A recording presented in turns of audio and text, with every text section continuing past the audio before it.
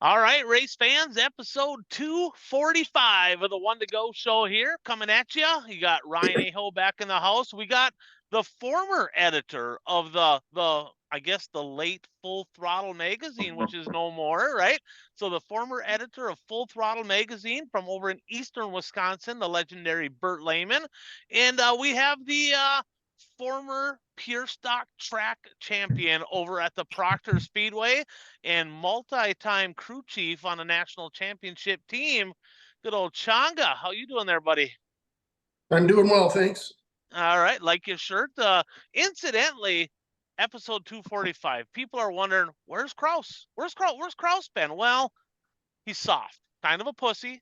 So tomorrow, we'll talk a little bit more about this WISSOTA meetings tomorrow. He's going to be sitting there. He's going to be looking at WISSOTA board, all the promoters in the face, and he was scared to come on the show. He was scared. He didn't want to get ridiculed. He didn't want to get picked on at the show. So he kind of stood back, said, "No, I can't take the heat," and it's kind of soft. Just it is what it is. So Chonga's not soft. He's got some nice apparel on here today. Glad to see Billiam in the house. One to go show apparel.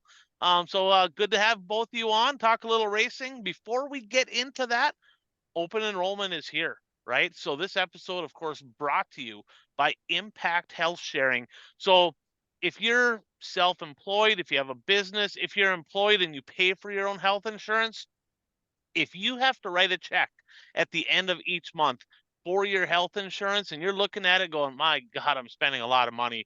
These deductibles are crazy. Guys, I talked to somebody today. Their family deductible, if everything got spread out, was $30,000 max out of pocket. I'm like, are you shitting me?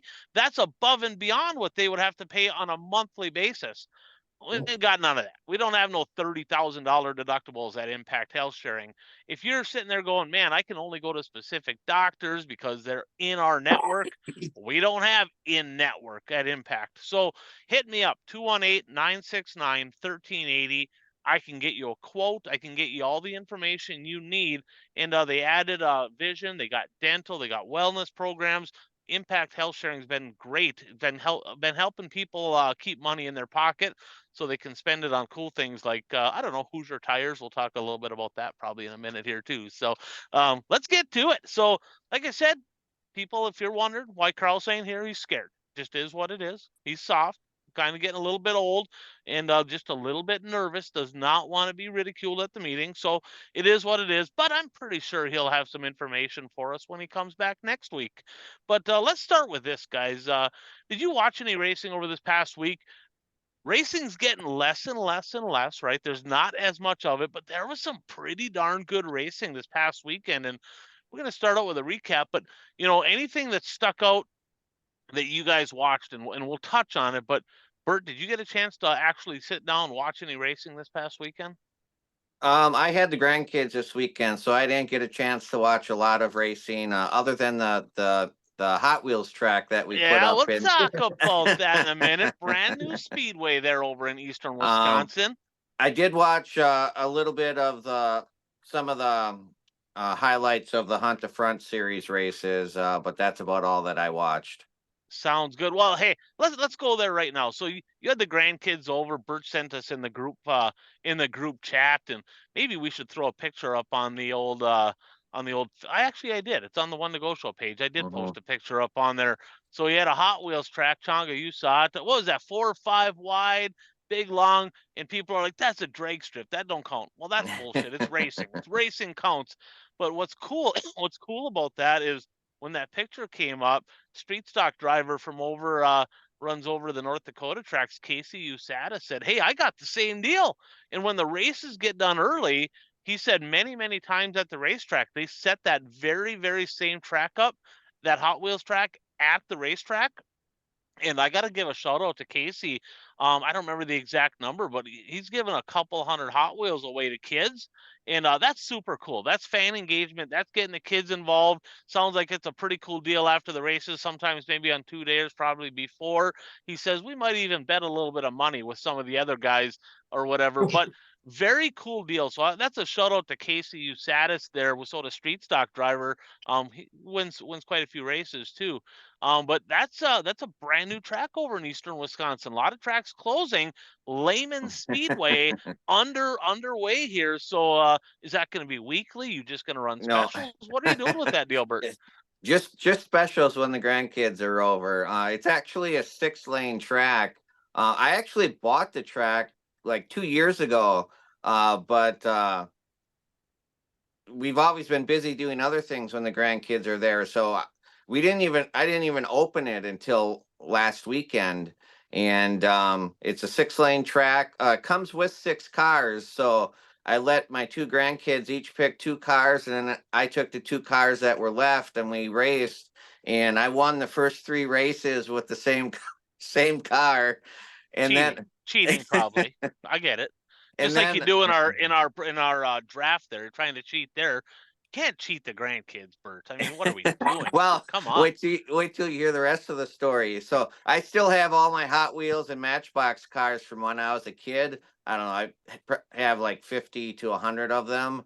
So we were picking from there, and well, I know which ones are the fast ones. So I picked the fast ones. So I won the next 3 races, and then we switched cars again. Then I won the next 2, and then I lost. So I won 8 in a row.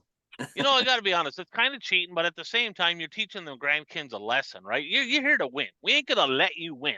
You're Well, not raising them in that culture of everybody gets a blue ribbon, everybody gets a trophy. No, Grandpa wins, and if you want to beat Grandpa, you're just gonna have to get your shit together, get a little bit better. That's just the way it is. Well, and actually, it was a learning experience because Sophia, the 7-year-old granddaughter, I said, okay, here's the secret. You got to pick a car that's got a little bit of weight to it, and then you have to see if the wheels spin really well. If the wheels spin really well and it's got some weight to it, it's going to be fast. So then she's going through the box, and then she's spinning the wheels, and she goes, would this be a good one? So she was trying to learn, and so that was pretty cool.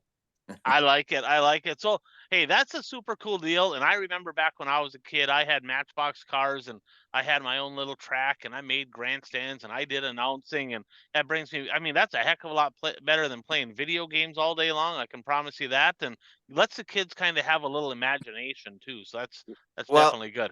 and the finish line, it has a thing with a finish line, with things come down, and then the car crosses through them, and I didn't realize it was battery operated. Sophia goes, do you have batteries to put in there? I said, I don't think there's batteries don't go in there. Sure enough. And so the car that pushes the thing coming down first, it'll say lane 5 winner or whatever. So that's pretty cool.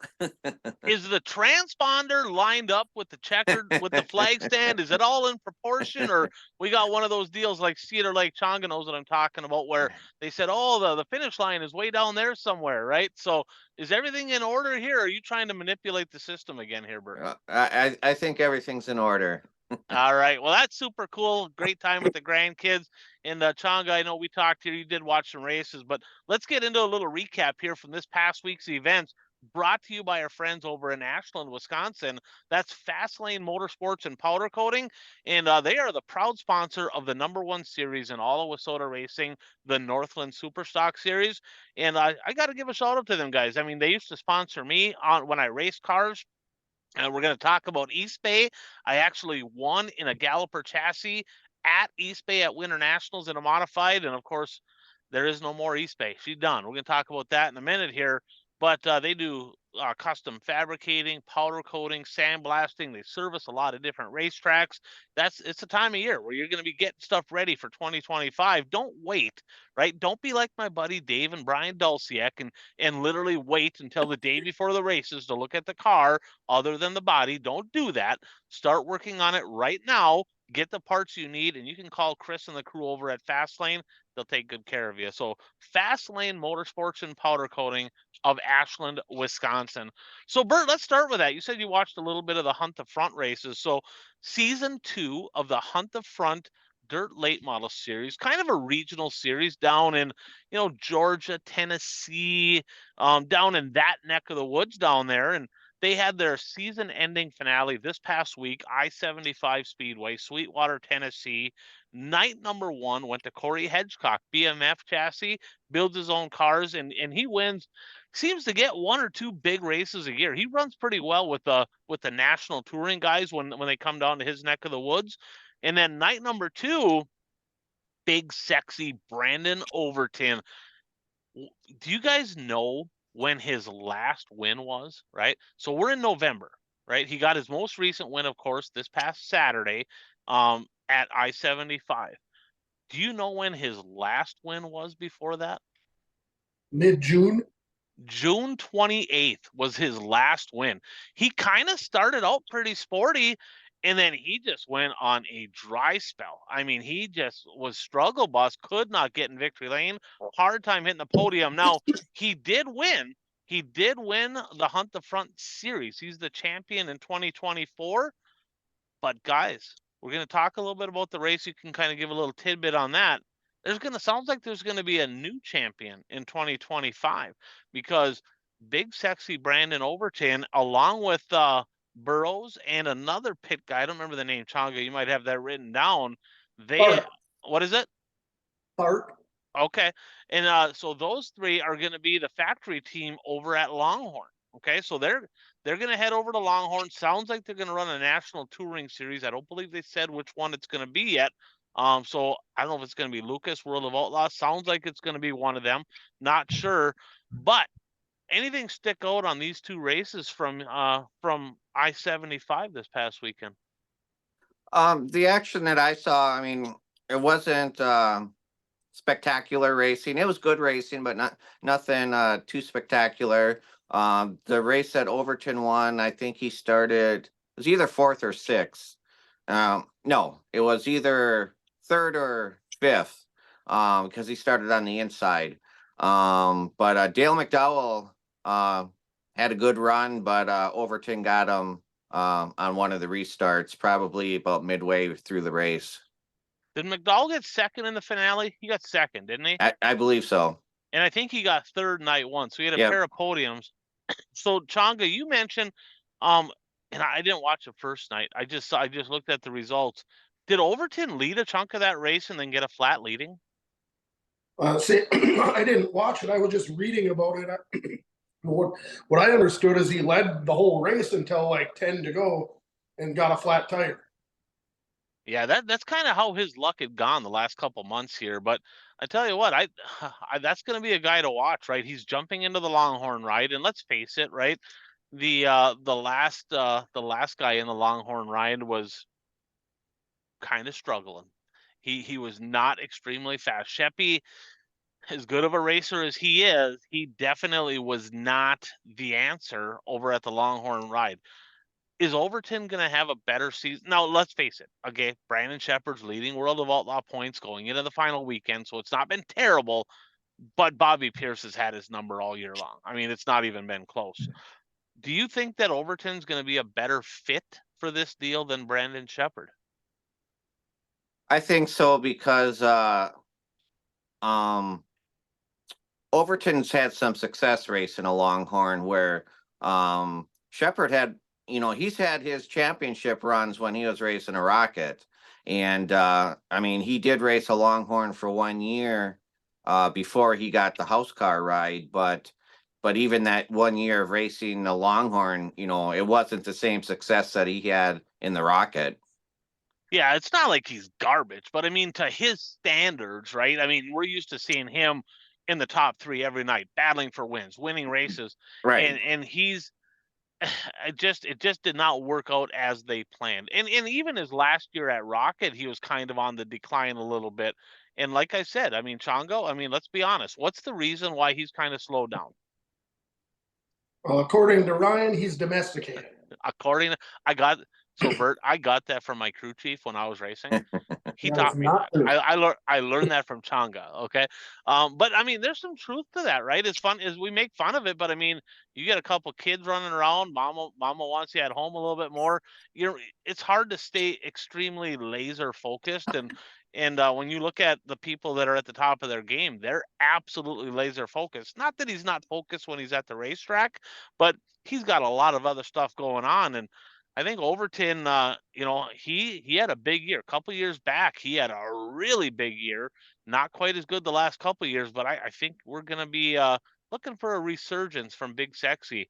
Well, Go ahead. then I think with the pit personnel that's also going to that team, I mean, I think that could play a big difference also. Well, how big of a deal is that going to be for Hudson O'Neal? Right. Yeah. So Hudson O'Neal is, what is it, SSI? Is that where he's at? Yeah. Is that what it is?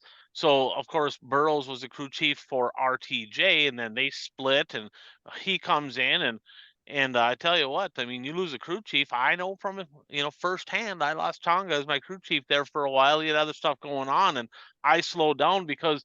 And it's not because he made all the decisions, but you kind of you gel with that person. I think things are better.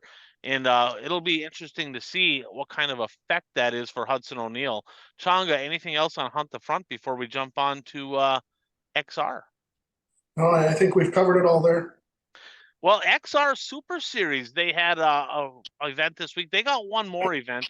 It's November 23rd at Duck River. That'll be their finale for the series. But they had the 50th annual National 100 East Alabama this past weekend. Night number 1, Ethan Dotson. Night number 2, Turbo Tyler Erb, who has been pretty sporty as of late. He's been pretty good as of late. But there was some drama at this race. So I watched these races, and usually East Alabama is just a shit hole rubbered up deal. And it was on night number 2. Shoot, terrible. Night number 1 is pretty good racing though. They farmed it before the late models. Night number 1, they had a pretty good surface. It was a little greasy to start the feature. Lap number 6, Garrett Smith leading the feature, and here comes Ethan Dotson with a haymaker.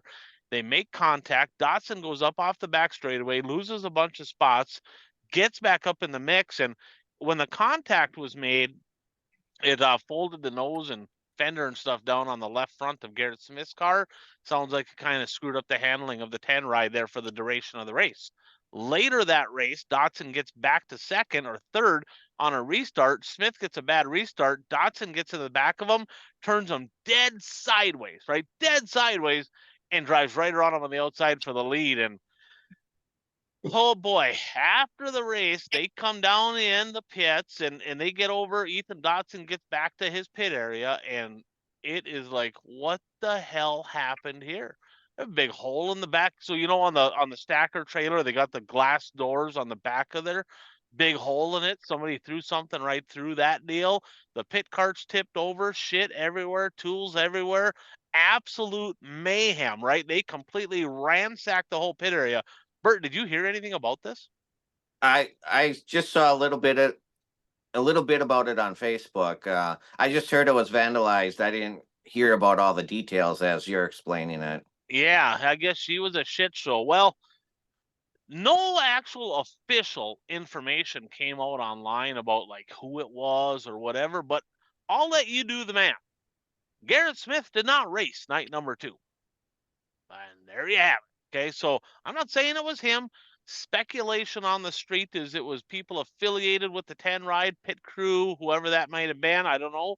But needless to say, that is interesting stuff, right? So we look at this, right? And so in the points, let's go to the points first. Bobby Pierce has that deal locked up. She's done. Devin Moran officially second. I have no idea if they will even go to Duck River because first and second is locked. They take your best 10 shows, I believe. So that's over. Turbo, so Dotson led night number 2 also, led to like lap 62, 63. He gets a flat. Turbo goes on to win. Hoosier Tire, actually the official winner of that deal, because they went through a lot of them. But let's talk about this Dotson Garrett Smith deal. There's always drama at a racetrack. Let's face it. There's shit that happens all the time, right?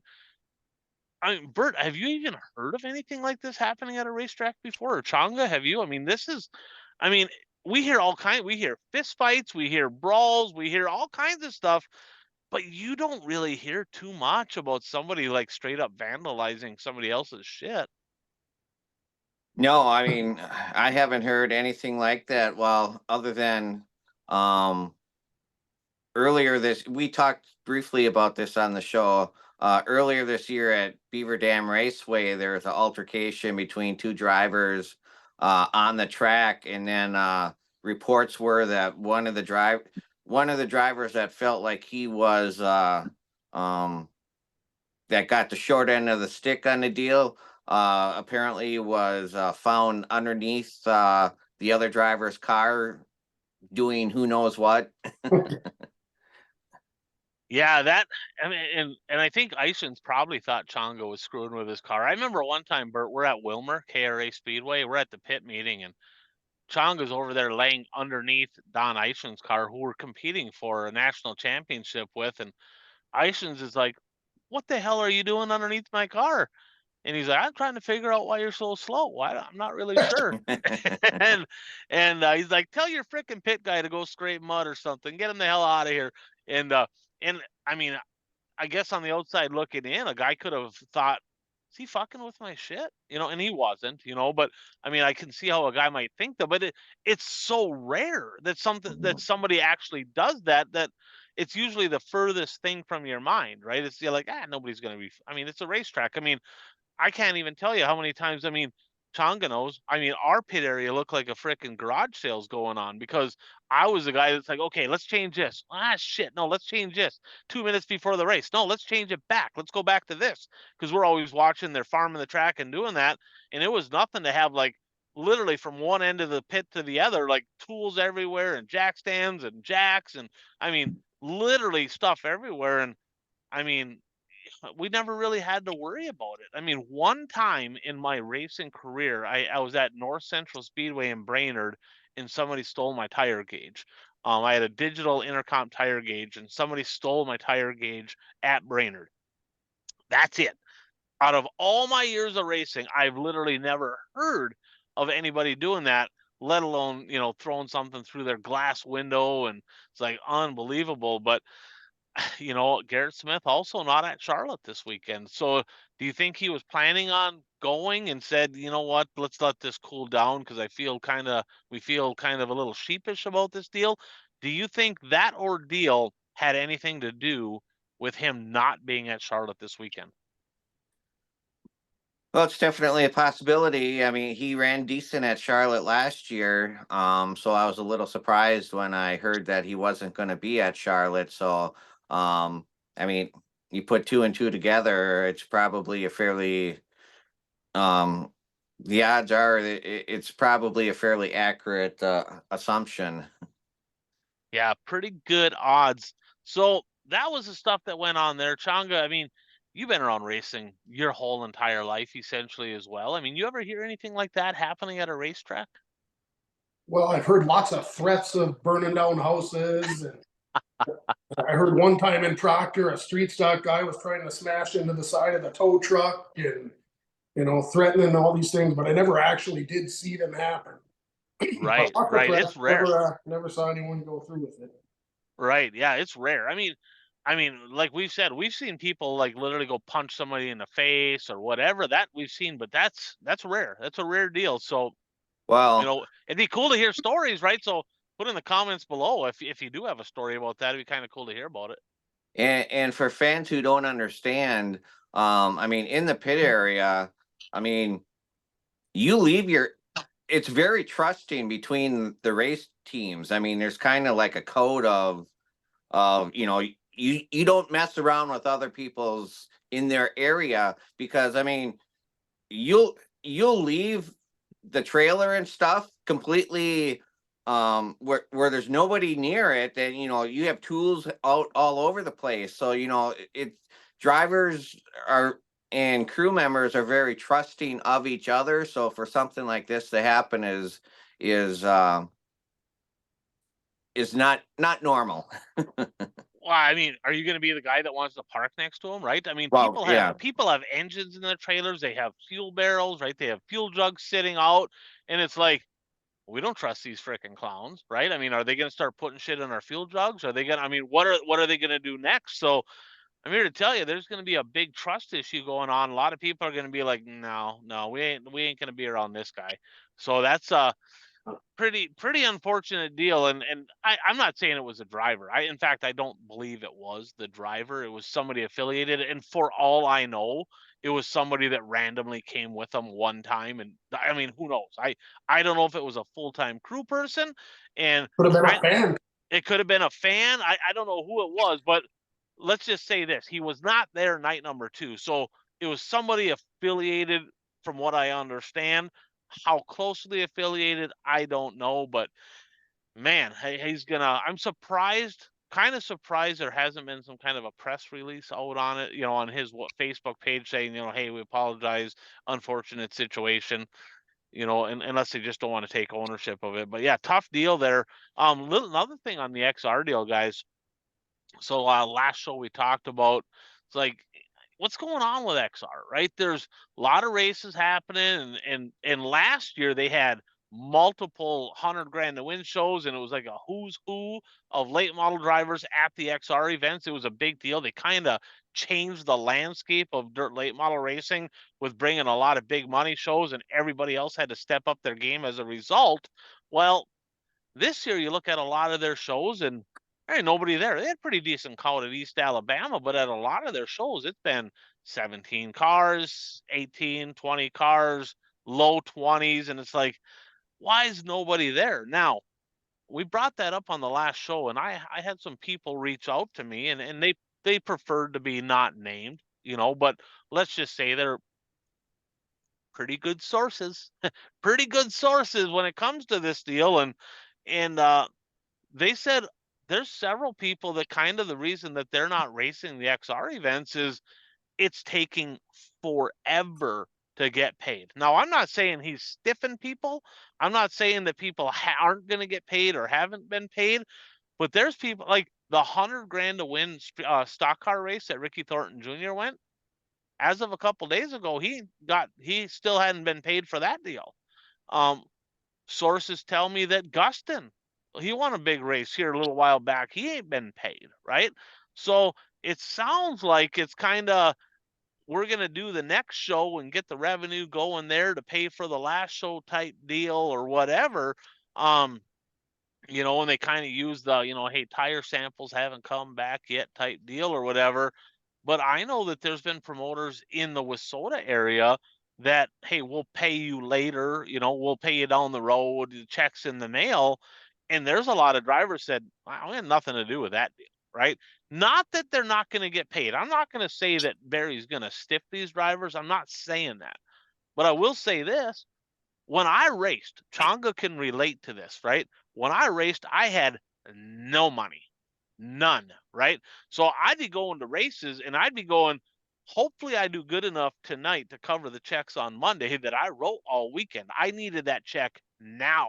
And I know a ton of racers that race that way still today, right? Because you can write checks to get into most racetracks, and they do. And they're like, I'll write you a check, and holy shit, hopefully I can cover it on Monday, right? Well, if you ain't getting a check for a month, they're not going, right? And I think they were better this year, but a few years ago, the Wissota 100, that was kind of the issue they had. People were getting their checks way later. They're like, we ain't going back to that frickin' deal. And I think they solved that, but I'm not positive on that. But that's a bad deal, right? And I mean, as a racer, right, am I going to pull into the racetrack and be like, hey, look, here's the deal. I'm going to race tonight, need you to pay me. I will go ahead and I'm going to pay you like in a couple weeks to get in tonight. So just write me down. I'm good for it later, right? They ain't going to let you do that. They're going to be like, if you ain't paying to get in, you ain't racing. Well, that's great. I'm not going to perform and be the entertainment for the crowd for you if I'm not getting paid to do it in a timely fashion either. So I don't know, Bert, you ever hear of anything like that? I mean, what's your guys' thoughts? Do you think, I mean, let's just say this. That is the case. That is what's happening. That is factual. That I don't know the time frame, but it's way later. People are getting paid. If you guys were racing, right, and you were even on a relatively medium budget, and there was a lot of other options, would you be like, I could go to this race over here, or I could go to this race here, but if I go to this race, I'm not going to get paid for a month or two. so I'm not doing that. I mean, how much of a factor do you think that plays? Well, I mean, if that's happening, I can see it definitely being a factor because like you said, racing's not a cheap sport, so you need funds to get new tires, new parts, and all of that sort of thing. I mean, I read a biography about Tony Stewart, and one of his stories was that he was racing at Hales Corners actually in Milwaukee. Track is no longer there, but he need he needed to do well in that race in order to go to the next race. Otherwise, he wasn't going to the next race. I mean, that's how strapped for cash he was in the beginning part of his career. Yeah, and that's literally how most people are today. That's how most people are today. So for whatever reason, Bert, you stay green up there. So it like stays on you and it doesn't seem to flip over to me, which is perfect. I got a face for radio, but it's all good. Um, but yeah, I mean, that's how a lot of people race. I mean, Changa, I mean, you've been around for a long time. You were never a huge budget guy. I mean, if you weren't getting paid, how many times would you have been, I can't go to the next one. I ain't got no money. Well, that's just it. I mean, I needed the money just so I could go and get the necessary parts to get the car prepared for the next night. Yeah, so hopefully they get that figured out because I mean that's nothing against the XR races. I mean, some of them have been pretty good races, but that might be the answer right there. I mean, Well, you're gonna and maybe you have know to what figure else? it out. The other thing was so when I was racing in Proctor, we got paid cash at the end of the night. So that was a beautiful thing because we could go straight to Country Kitchen, and we always had our Country Kitchen money anyhow. Yeah, Country Kitchen was half the reason I went to the Proctor Speedway. Mhm. Probably talk about that in just a second here. Another race that happened this past weekend, World Short Track Championship. So we know that this weekend is the World Finals at Charlotte, but this past weekend they had the World Short Track Championships, dirt car, UMP dirt car, 11 classes of cars, 547 entries, Bert. That's a Puka show right there, right? I was just gonna say, was Puka there? Yeah, if he would have known about it, he probably would have gone. Um, I only saw one local guy down there. Matthew Larson made the trip down there. Of course, B1 Bomber was his crew chief, and he got fifth, night number one, and did not make the show. I don't know what happened. Did not make the show in the big show, but he did get top five finish, 60 entries in 604 late model. So congrats to him. Modifieds the high side tickler, Kyle Strickler, parking it in victory lane in the big show in the modifieds. Track was pretty decent, a little bit better than I've seen. So hopefully we're gonna have some good racing over there this coming weekend for the World Finals. So did you guys? I'm guessing you didn't get a chance to watch. Neither one of you watched Mm-mm. anything from Charlotte, no. But the big one to me, right? And them late model races were big. But the big one to me was the Rusty Dixon Memorial at East Bay Raceway Park down in Tampa. And the final race, we thought the Lucas Oil race was going to be the final race. Turns out that the final race down there, they had the Rusty Dixon Memorial this weekend. They had mods, they had late models. I'm still confused because I thought it said 604 late models on the deal, but I think there was some open late models there. So I don't really know how that all worked out. But modified driver Treb Jacoby from O'Fallon, Missouri, 19th to first.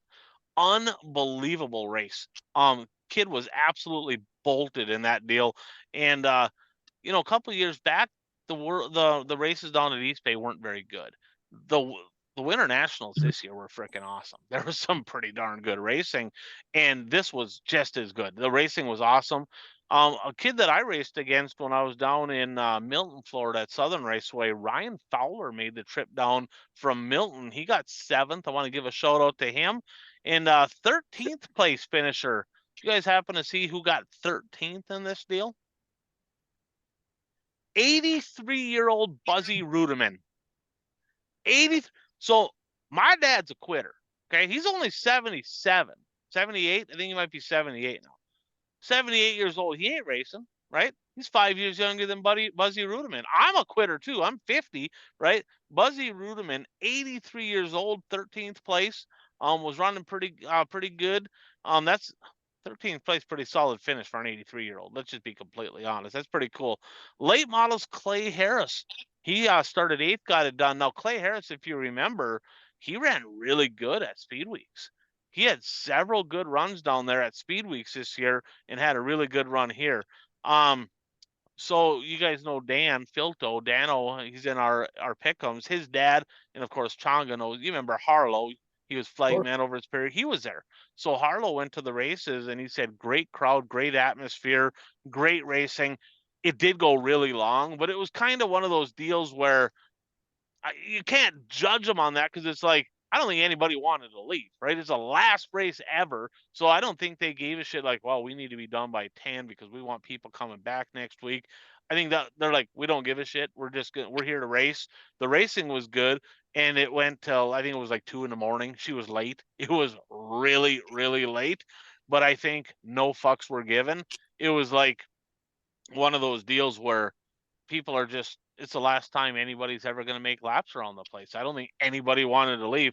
I did watch the mods. I did watch they kind of had a street stock race that was pretty good. I watched the late models. Did you guys watch anything from East Bay? It was on Dirt Race Central. So if you haven't watched it, if you're a fan, if you want to watch it, you can go to fye.tv. You can go to Dirt Race Central, kind of one and the same, affiliated together, and watch the tape delayed. It was a good race. It was definitely worth watching. Last race ever. Last race ever at East Bay. I gotta be honest, I was watching that race and I was a little emotional. It wasn't my home track. Hell, I went down there twice and watched. I went with Buzzy Adams down there and Arpin and we kind of just went down there to watch the late models a couple of years, had some pretty good stories about the place. I raced a mod down there, was able to win one down there. And I can't even imagine the fans that have been going to that place for a long time, what's going through their mind as they're sitting there watching like the last race ever pull out onto the racetrack and knowing like this is it. That they're no more racing at East Bay, no more racing in Tampa. It's not like the promoter's done and they sold it and somebody else is going to take over the track. It's done. They had an auction this week. It's done. That place is flat closed down. It is over. It gets you thinking, right? I get a little choked up even thinking about it. I'm kind of a sentimental guy myself. And I mean, other than people and pets, because when you lose people and pets, that's a tough deal. I mean, that's tough, right? But this is different. Is there anything that you guys can think of that maybe you've lost, right? And you've lost or something's come to an end that's kind of got you emotional going, I ain't never coming back. It's done. It's never gonna be again. Chongo, we'll start with you. What do you got? I've got a couple. I guess growing up, I was always a big UMD Bulldogs hockey fan. So I was at the deck the last night that they played hockey at the deck, and that was emotional. And it was a lot of good childhood memories there every single weekend, and watching it come to an end and be all done. That was kind of emotional. I guess more recently, watching my older boys playing their last ever high school hockey games. And once it was all over, I mean, bad enough losing a state championship game, but then, just standing there watching them take their last steps ever off the ice was pretty sad moment. Yeah, for sure. For sure. Bert, how about you? Anything come to mind that you're like, that's done. I ain't gonna see it anymore.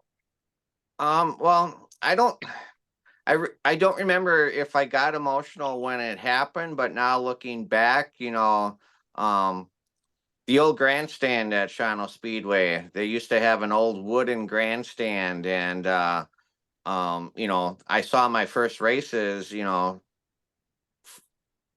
as a kid, sitting in that grandstand, because with that grandstand, the entrance into the grandstand was actually in the middle. You went in on, it was almost like a little tunnel, and then you'd come out and the track was right in front of you. And like I said, I don't remember the last race that I watched sitting in the grandstand, but looking back, that grandstand brings back lots of memories. For sure. And I'm telling you what, I am sappy. Like I'm a sap. When it comes to sentimental stuff, I'm I'm the worst, right? I'm the guy that can literally binge watch a show like Hawaii Five-0, and like you get to the end of end of it, right? And you're like, that's it, like that. I'm not gonna get to watch another episode. And I'm like, this kind of sucks, right? That's just freaking TV show. But I think back, I mean, Changa mentioned Country Kitchen, right? So Proctor Speedway, we used to go to Proctor and Superior. We go Friday and Saturday. There's a Country Kitchen top of the hill. And every single Sunday and almost every Friday, we'd go to the Kitch, right? And it was me and Changa, Chad and Clint Larson, and Lauren Inman, and Stacia Peterlin, and Kyle Peterlin, and Crash Carlson, and Steve Laux, and Nick Lovato, and Flex would go there, and Al McDougall, yeah. And I mean, I'm telling you what, it was the hangout, right? And Bert, I mean, it was kind of a thing, and I'd win a race, and Ding Dong over here would think it'd be funny, and it was. He'd take a cooler full of ice water and he'd get me in the car before I even got out of the car. So, incidentally, Changa, you'd be happy to know that I have kind of transitioned that over. So now when Dave Dulciak wins, he gets it. And when Brian wins next year, he's going to get it too. So that's a tradition. But do you remember the time when I brought in the fire extinguisher into that place and doused everybody inside the I was country kitchen? involved in that. I had one too. You did have one, yeah. I And think that's so Clint much might of have it had was. one. He did, yeah. That was so much our place that we could do whatever we wanted. Well, they announced that they sold it. They turned it into somebody built a gas station there, and it was a Subway, and there's no more Country Kitchen. And that one, that stings. It's like, man, that was 20 years of going to that place every single Sunday night. So when that place disappeared, my racing career, right? Like, I mean, you think back, I was all in. I raced and raced, and that's all I did. Nothing else mattered other than racing. And I think back, I cannot even go in the garage where I worked on my race car for more than like 10 minutes. And I'm like, this kind of sucks. Like, I gotta go. Like, so that, my business that I was part of for 10 years, they announced a couple years ago that they shut the doors. And it's like you look back and at different pictures, or you hear names and you just kind of get choked up. So when things like that come to an end, man, I am a sap. So, man, RIP to the East Bay Raceway Park. And man, that's an unfortunate deal because that's a track that has a lot of history. I think Winter Nationals, I think East Bay and Winter Nationals are never going to be the same. We'll talk about that as it gets closer to Winter National time here, but it's never going to be the same. So, Bert, what do you got? Well, this was actually within arm's reach of me. I actually have a picture of the old grandstand. And it was during a practice, so I took a picture of MJ racing, but the old grandstand is in the background. I don't know if you guys can get a good view of it, but that's the old wooden grandstand at Shino Speedway. Nice. Do you know what year they took that down? It was in the mid 90s, so probably about 95, 96, somewhere in that range. Well, speaking of that, Bert, now you're kind of getting me a little soft here because Hibbing Raceway, the North Grandstands at the Hibbing Raceway, word on the street, that's coming down this year. So there's some structural issue, and I literally have pictures. I got pictures in my albums from like the early 80s and all that sitting over in the North Grandstands, and that's going to be a sentimental moment for sure. So, Well, and I mean, looking back, I mean, I was only in my mid 20s at that time, so I wasn't thinking about this, but now I'm kind of a collector of racing memorabilia and stuff. I wish I would have kept some of the, or I wish I would have asked if I could have bought some of the section signs or something like that, because whenever I went to the races, we always sat in section E. It was a reserve section, and they had a sign hanging up on one of the poles that said section E. And looking back, I wish I would have tried to have gotten stuff like that. for sure. And that makes me even more appreciative of Mark Tremberth, right? We call him Lamb Turbine, right? He's got the Vintage Iron Range Dirt Track Racing page on Facebook. And he has a ton of memorabilia from Hibbing, and he's kind of doing a project and kind of getting a list of all the former track champions. And, he built cars, race cars, lettered cars. He did it all. And we actually talked about this here a couple days ago. It's like, they're struggling up in Hibbing. They're kind of going through some stuff right now. It's like, man, if that place ever closes, we spent our whole entire life going to that place. I mean, Tonga was there. I was a freaking puddle when I got inducted in the Hall of Fame last year. I couldn't even freaking talk. So, I'm a sap. So, I mean, seeing a track close like that, I mean, we're very critical, and I'll point my finger at myself. Like I can be very critical when a track doesn't, they did a shitty job on a show one night, or maybe it was one lane, or this didn't go right, or whatever.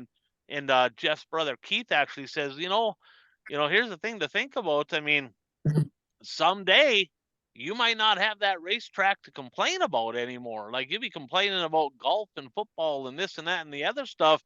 And so sometimes, as bad as the racing may be at a certain track or at a certain event, you look back and it's like, well, I mean, I don't want to see it gone either. So, and so the people down in Tampa, the fans at East Bay Raceway Park, they definitely know what that's all about. So let's jump into a little breaking news. I know we got a ton of it, brought to you by our friends over at Daytona One Performance Lubricants. Now you're going to want to check them out on Facebook. They got a website, or you can call Chad at 507-828-3536 to get information. But they have a ton of products. I mean, everything from, they got tire treatments and conditioners and cleaners, all the way to anything for gear oil to assembly lube, engine oil, gear oil, transmission fluid, you name it. Buck, the founder of Daytona One, is actually in the Hall of Fame at NASA specifically for lubricants.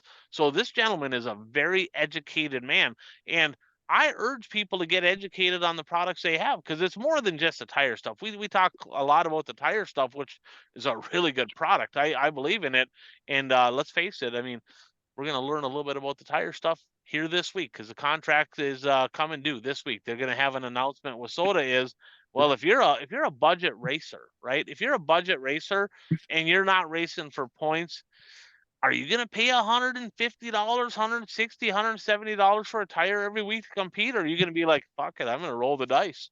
I'm going to use this treatment, see if I can get a little bit more life out of these tires, because I'm not going to go broke doing it. Well, that choice is yours. Now, I will caution you, if you use a tire treatment, WISSOTA doesn't like that. Not technically legal in WISSOTA, but if you're that guy going, it's either take a chance or not race at all, I would vote for take a chance, because we don't want to be losing race car drivers. So give Chad a call, 507-828-3536, the regional rep for Daytona One Performance Lubricants. So here's a few things. USMTS, of course, they rained out. They were going to race this weekend, doubleheader to close out the season at the Heart O Texas Speedway down by Waco, but Mother Nature took over on that one. They have canceled, and that made Jim Chisholm the 2024 USMTS national champion. And boy, he had to make close to a couple $100,000. Derek, a buddy of mine, he actually shot me a message. He's like, man, this kid had a big season, 21 wins on the year. With the point fund money and everything, it's going to be between 200 and 250 grand in a modified. That's big money in a modified to be made. And his brother, second in the USRA national championship race. I mean, I tell you what, I mean, we talked about it on a previous episode a few weeks back, but this has to be one of the most dynamic brother duos in all of racing right now, is Jim and Joe Chisholm. But a huge congrats to Jim Chisholm, 2024 USMTS national champion. What comes to mind when you hear the name Jim Chisholm? What comes to mind, you guys? Is he the guy to beat right now, or what? Well, assuming Dillard's not there, he's the guy to beat. For sure. Dillard's been the guy, but as far as the USMTS, yeah, for sure. He's been the most consistent. He makes the least amount of mistakes. Just smoother than smooth, and he don't do anything that wows you very often. He just sneaks up on you, and at the end of the race, he's always there. And they kind of came out of nowhere, to me anyway, right? I mean, if you're down in the area, maybe not. To me, they came out of nowhere. It's like 3 years ago. It's like, who the hell's Jim Chisholm? And this kid, it's like instantly unbeatable. And then his brother, and that was, I think he's only like, I don't know, 20. His brother's like 17, 18 or something like that. And I mean, they're young. And it's like, it's seemingly out of nowhere, just instantaneously, unbelievably fast. I was just going to say that. I mean, even like this year, he seemed to just come out of nowhere because Jake Tim got off to a pretty good start this year, and he was leading the points, and it was just kind of you just kind of assumed he was going to be able to keep that up and win the championship. But then Chisholm had some good finishes, won some races, and all of a sudden, he's battling for the points, and then he's leading the points, and he never looked back. Absolutely. So a couple of years ago, I did an April Fool's joke. Said I'm buying the LaSalle Speedway and reopening it because she's been sitting idle for a couple of years. Well, guess what? LaSalle Speedway is reopening in 2025. Announcement came out from the owner Kerry Izzo, of course, the Izzo family, Tony Izzo, and so on that raced.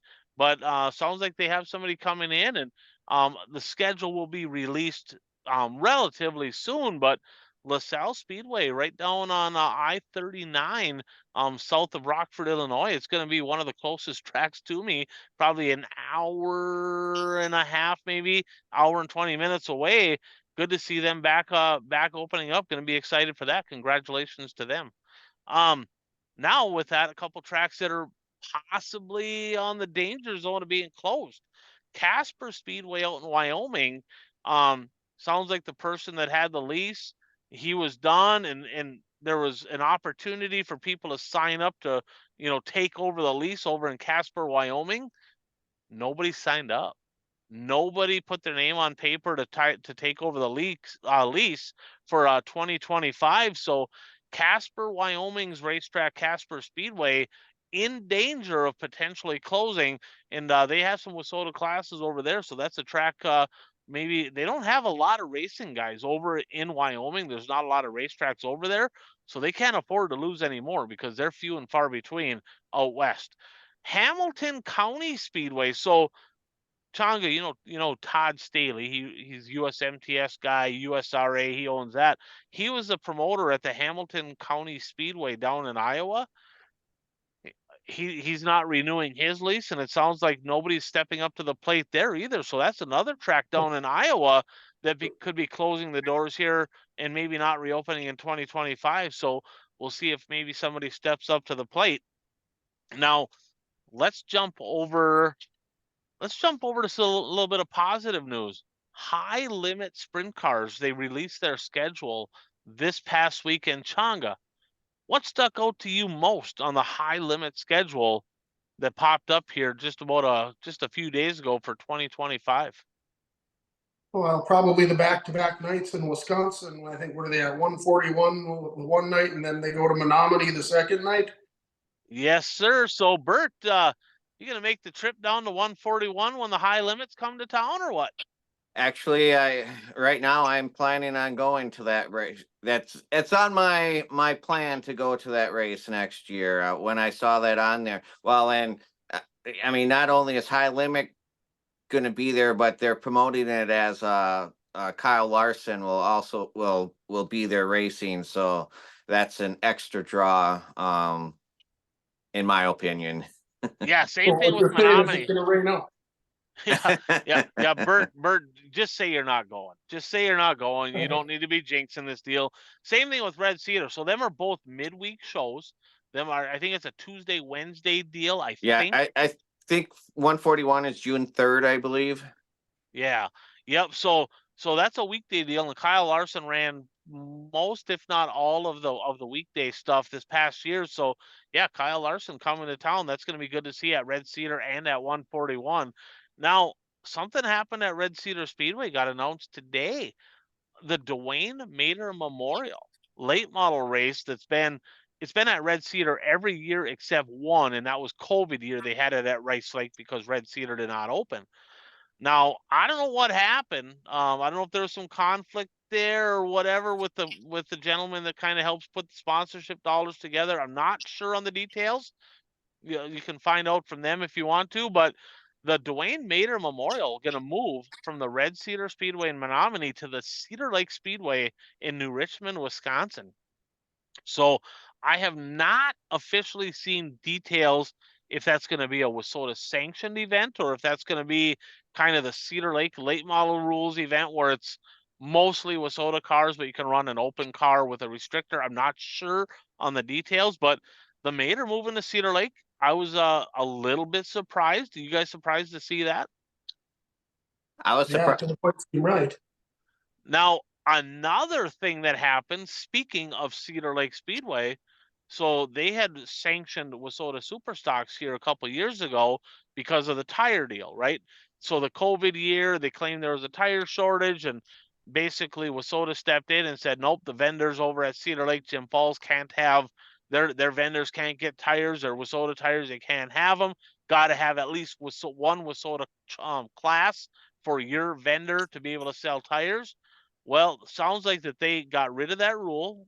They're going to allow them to sell tires, but they are no longer going to sanction Wissota Superstocks at the Cedar Lake Speedway for 2025. So that's big news, primarily because if you remember correctly, the Legendary 100 the past 2 years was not able to have Superstocks at it because it coincided with the Wissota 100 at the I-94 Speedway. Well, guess what? Now they can run pro stocks again, which is essentially a super stock. So I'm assuming that super stocks will be back, pro stocks, whatever you want to call them, are going to be back at the Legendary at the Cedar Lake Speedway. But that's one more track along with two more I'm going to name right now that no more Wissota classes, right? So no Wissota classes there.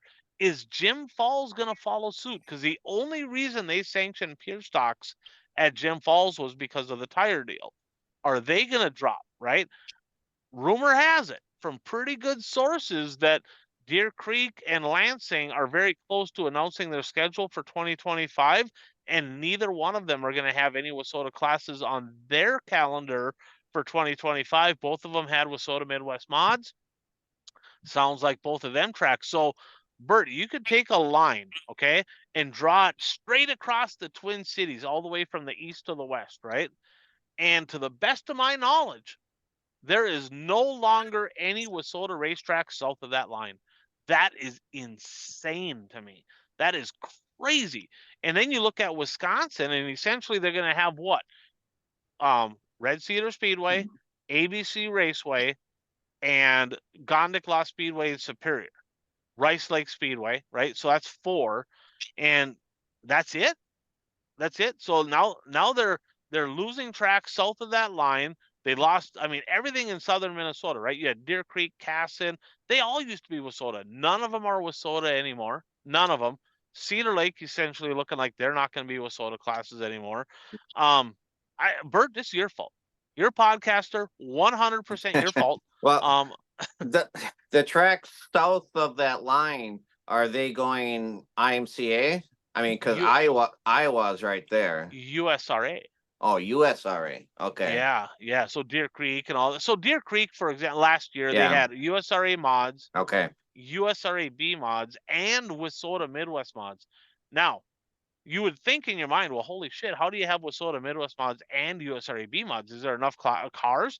They had enough cars, guys, that they had 2 feature races every single night for the USRA B mod class on a weekly show. So, and they had a full show of Midwest mods, Wissota Midwest mods. So there's a ton of mods down there, but yeah, that's USRA deal down there. And tell you, the walls are closing in on Wissota, and I'd love to see Wissota get better, but there ain't nothing we can do about it except for keep stating the obvious. And if they're not willing to fix their shit, they're gonna keep losing tracks. It just is what it is. I mean, it sucks. I mean, Changa, I mean, we've been down to them tracks. I mean, we used to travel down to Deer Creek and Casson, and then you look at tracks that closed, right? Monster Hall closed, Fox Ridge closed, Casson closed, of course.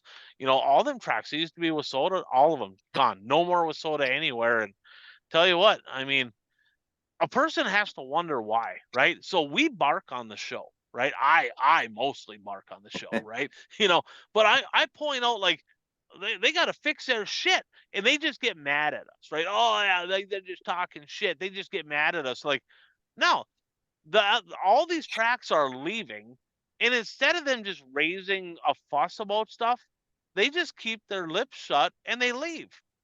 Well, somebody's got to say something, right? So I mean, obviously there's a reason all these tracks are leaving Wissota, and it's unfortunate. I would love to see them come back, but I don't know. I mean, it's not looking good. I mean, I think we're going to continue to lose tracks. It sounds like Miller's on verge of closing, so there's another track in South Dakota. Casper, looks like they're going to close. I mean, pretty soon you're look at this and be like, what's left? I mean, it's basically Minnesota, a couple tracks in Wisconsin, couple tracks in North Dakota, couple tracks in Montana, couple tracks in South Dakota. It's pretty much, not a Wissota deal anymore. It's now Minnesota with a couple tracks sprinkled around. Instead of growing, they're shrinking, and a person's got to ask themselves why. What can be done to change this? And can the bleeding stop? Can they put the toothpaste back in the tube? I don't know. I mean, it doesn't seem like it's looking good. Speaking of that, we talked about this week. The Wissota National Banquet is this coming weekend, which means that the annual meetings are this weekend as well. So Thursday and Friday are the annual meetings for Wissota. Now, things have changed, right? They essentially gave the rulemaking process to the board slash the tech committee. They get kind of the final say. They get to make the rules. The promoters, of course, with input from the drivers, they can give them ideas and stuff, and they can be involved with the process, but it's no longer a vote by promoters, which part of that's good, part of that's bad. But the big thing that's happening this weekend, guys, so there's an expo too. So if you're up in the St. Cloud area Saturday, stop in. There's an expo there. You're going to want to check that out. But the big thing is the Hoosier deal. So the contract came to a head. The past contract ended at the end of the 2024 season, meaning that there's a brand new contract going in. And they stated there was a press release coming out that they signed with Hoosier. They went with Hoosier, but no terms. There's no words. Now, a lot of speculation. We've heard a lot of things. It's like, man, why haven't they? I mean, is it that bad that they couldn't just let everybody know? And I've heard a lot of numbers. They don't sound good, but we will definitely have some answers for you next week, because I'm only going to assume that they're going to come up with the numbers at the meeting here this coming weekend. So we should have all the details for you about the Hoosier contract on next week's show. You're going to want to tune into that one for sure. So big late model news. Big late model news for Wisconsin dropped here. Bert, what did you see? What stuck out to you when the World of Outlaw late model schedule dropped earlier today? Well, I can't take credit for seeing it first. Somebody else in our group saw it first, but the USA National. What's that? I said I posted it. Oh, the USA Nationals is going to pay $100,000 to win this year. That's a big one right there, right? 50 grand to win. It's been 50 grand for quite a number of years now, and they've doubled up. They're kind of up in the ante. So they did cut back on their month of money. They were all 2,500 to win. I don't know if you guys saw that. 2,500 to win at all the month of money races this year for the local guys. But big news. This is big because they've been kind of teetering a little bit on car counts, right? And they've kind of been looking. It's like some of the Lucas guys haven't been coming to this, but for 100 large, man, I tell you what, 100,000 to win, you would have to think that everybody will be at the Cedar Lake Speedway for this one. I would be shocked if they don't have the biggest car count they've had in a long time at the USA Nationals. That's going to be one you don't want to miss. Anything else stick out to you? There's two more things, that specifically stuck out to me. Anything else stick out to you on that schedule? Well, they're going back to Mississippi Thunder Speedway. That's $75,000. Wasn't that 50 last year? So they upped that one too, right? That wasn't 75 last year, was it? I can't remember. I when I saw the 75, that popped out at me. So yeah, Well, that popped out to me. I believe Huset's went to 75 as well. Yeah, that's a Lucas deal. So Huset's is 75. Yeah. Yep. And then World of Outlaw is going to head out to Minot, North Dakota, Nodak Speedway. So I don't know if they've been out there ever before. Maybe, I'm not sure, but I know they're going out there this year, and they're going to have the Grand Forks I-94 and Norman County Raceway and Ada swing as well. Two what? I believe they've been there 2 times. Oh, they have been there 2 times. Okay. Quick quiz, who won? What's that? I'm going to give you a quick quiz, and I might not even know this answer, but I know out of the 2 races, Mitch Johnson won one of them, Did he really? and I believe Billy Moyer won the other one. Okay, okay. So there's a little trivia. You should have brought that up beforehand. We could have actually been a little bit more prepared for that. So double check. If he's wrong, we have to give him a shout out. But Mitch Johnson, guy that definitely should be in the National Dirt Late Model Hall of Fame. Mitch Johnson's a very good race car driver. So big news there for World of Outlaws. Lucas in 225,000 to win the championship. So that's up this year. Was it 150 this year, Bert, or what was it this year? 175. So up this year. Lucas Oil's up this year, and part of that's probably because Barry Brown and XR they kind of made everybody step up here a couple of years ago, and boy, the money's been kind of coming out. So what else we got here? Here's a question for you, fan question. So there's some speculation.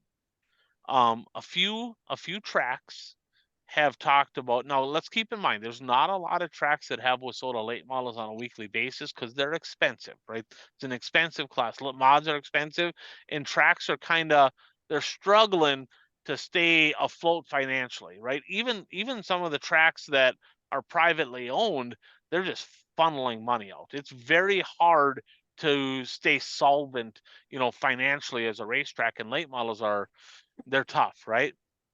There's word on the street that there's a couple pretty key WISSOTA tracks that are strongly considering dropping WISSOTA late models, at least weekly, and maybe running them on a very sporadic deal. And I had somebody ask me this question. So would it be, if you're thinking about dropping late models, and we got the Gen X late models, right? 604 late models are strong in the South, really strong in the South. Would there be a benefit to just being like, look, hey, here's the deal. Let's just eventually phase out WISSOTA late models, go to a 604 class. You can pay them, instead of paying them 1,000 or 1,200 to win, you can pay them 500 to win, and you can pay back a little bit deeper. It's going to be cheaper for the racetrack. It'll be cheaper for the driver. Cars will look the same. You can race them all over the country. Would it be a benefit for some of these tracks to start looking into the future and be like, look, this WISSOTA late model deal with $40,000 engines, some of them, right? They have the 525 option, and there you can run a spec that's considerably cheaper than 40 grand as well. But would it be a better option maybe to go to a 604 deal and pay them a little less and have a little bit on, if you're looking to have it as a weekly class rather than just eliminating them altogether? Well, it seems like racers have an issue with racing a crate car for some reason. Although the IMCA mods, they made that transition. I mean, you can still race an open motor in the IMCA mods, but they made it so beneficial to race a crate that pretty much everybody races a crate now in the IMCA modified division. Something's got to be done with the late model division. I don't know what the answer is. I mean, in Eastern Wisconsin back in the early 2000s, they used to have 2 late model divisions. They had fast track late models, which is, a limited type late model. And then they had WISSOTA. I think they were WISSOTA at that time, actually. So they had WISSOTA late models and then fast track late models. Now, would the regular drivers who race WISSOTA late models, would they want to race the 604s? That's the question. My answer to that, Bert, is a big ego will make you broke. Okay. So there's a lot of late model guys out there that financially have no business being in that class. I'm not going to tell them what to do or whatever, but they like are racers, and I was one. I'll spend my last dollar, your last dollar, everybody's last dollar, so I can go race, right? And it's no more fun racing a WISSOTA late model than it is a 604 late model. I would argue, I've talked to drivers and they said, holy shit, street stocks are probably about the most fun I had, and them are less motor than a 604 crate, right? So you look at this, and I've talked to some promoters and they said, look, we had more people jump into the late model class here. So you look at it, right, and the late model class is kind of growing at some of these tracks on a weekly basis. But the overall car counts aren't growing. Just people are moving from, say, like a street stock or a Midwest mod up to a late model. Well, what is that doing for the racetrack? That's taking money out of the racetrack's pocket, because now instead of paying all those drivers 40, 50 bucks to start the feature, they're getting $125 to start the feature or whatever it may be. So now the track's paying out more and more and more purse because there's more people in the late model class. And it's like, holy shit. So now the racetracks are going, yeah, we got a good late model count, but guess what? Race cars are an expense to a racetrack. Now, I get it. You want to have 20 plus of them. I get it. You want to have a good show, but my God, I mean, racetracks are going flat broke. The car counts, they can go up all day long in a late model, and all that's going to do is drain whatever money they have left. It's crazy, and as a racer, you're like, well, holy shit, I don't want to be paying people. You can't talk about paying less money.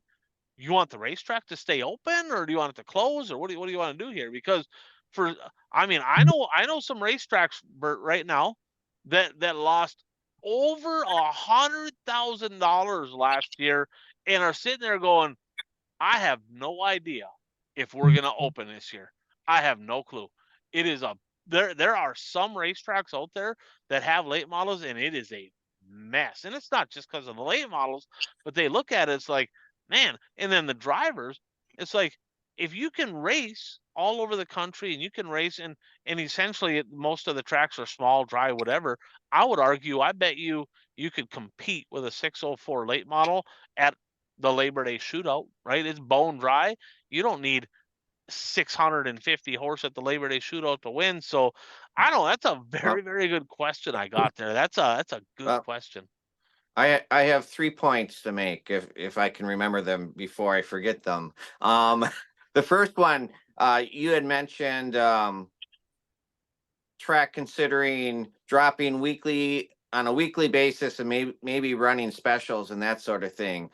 Tom Nayert, who's a late model driver in Eastern Wisconsin, who actually this past year was his last year racing. He retired after this season, but he was saying this 10-15 years ago that eventually late models are not going to be a weekly division, that they're going to be racing every other week or once a month, and they'll be traveling to different tracks because economically you just can't do it on a weekly basis, from driving standpoint and from the track standpoint. Second point, we talk about the ego and why I don't want to race a limited late model, that sort of thing. But that in the big picture, a WISSOTA late model is a limited late model if you compare it to the open late model. 100% it is. I hate to hurt anybody's feelings, but Bert has a point. It's spot on. And then my third point is, you're talking about, having more, you want cars at your racetrack, but is there a point where you can have too many cars because you have to pay everybody out? I mean, I've talked about 141 Speedway a few times where, they'll get 150, 160, sometimes 170 cars on a weekly basis. And I was talking to a promoter not associated with that racetrack, and he said, that's all fine and dandy, but you have to pay all those cars. So if you don't get any more fans, if you would get the same amount of fans with 120 cars versus 160 cars, you'd be better off financially with the 120 cars per week. And 141 Speedway, they did release their schedule over the past week, and they did drop a class for next year. There will be no Grand Nationals racing on a weekly basis at 141 Speedway. So those drivers are kind of, I don't know if they have any place to race now, because it could also race at Beaver Dam Raceway, but Beaver Dam is not going to be racing next year.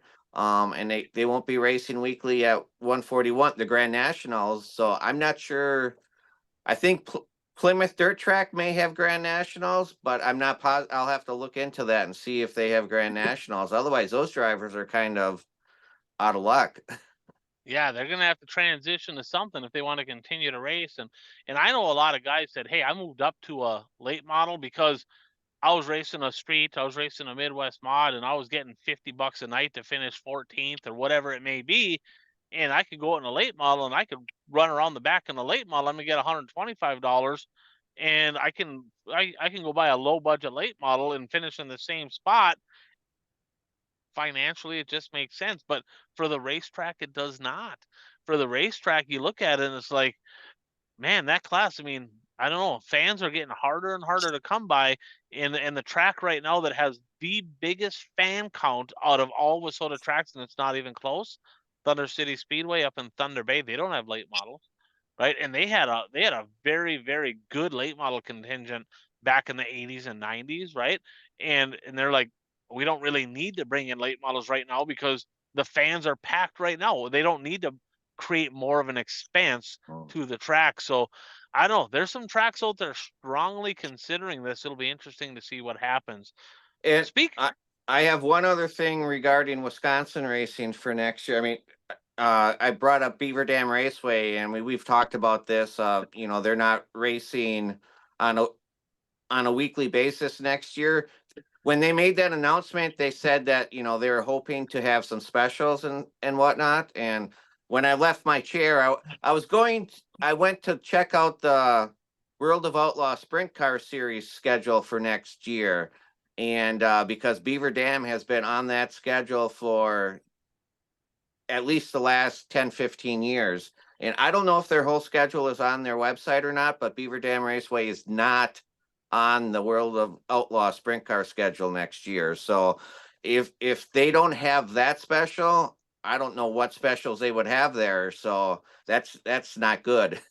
Is it SLS Promotions that does a lot of the World of Outlaw races? I think it's SLS or SMS. I think it's SLS. I think they're based out of Beaver Dam. I think that's where they're out of. And that's who brings in, like, when the World of Outlaws come to like Grand Forks or pretty much all of the tracks up here, it's whatever that promotion group is, the track is like a 50-50 partnership with them on Okay. that event. And that's based, I believe, out of Beaver Dam, Wisconsin. So if they're not having a race, they for sure would have a race if the track is having any races. So it'll be interesting to see if Beaver Dam has anything going on in Yeah. 2025. Super Stocks, coach. I was going to say coach. Well, you're a coach. Tonga, you're a coach. You do coaching too. You're a football coach. So Super Stocks with a chance to do a little bit of winter racing. So coming up here, well, this week or whatever, the Duel in the Desert is coming week out in Vegas, on the 16th. That must be a Saturday or a Sunday. I think it's the final night. They have a SoCal Superstock series based out of Southern California, but they're allowing the Wissota Superstocks to join them and run with them. Sounds like there's going to be some Montana cars maybe making the trip out to that deal. I don't see any Minnesota cars or whatever making the trip out, but it sounds like there's going to be some Montana cars.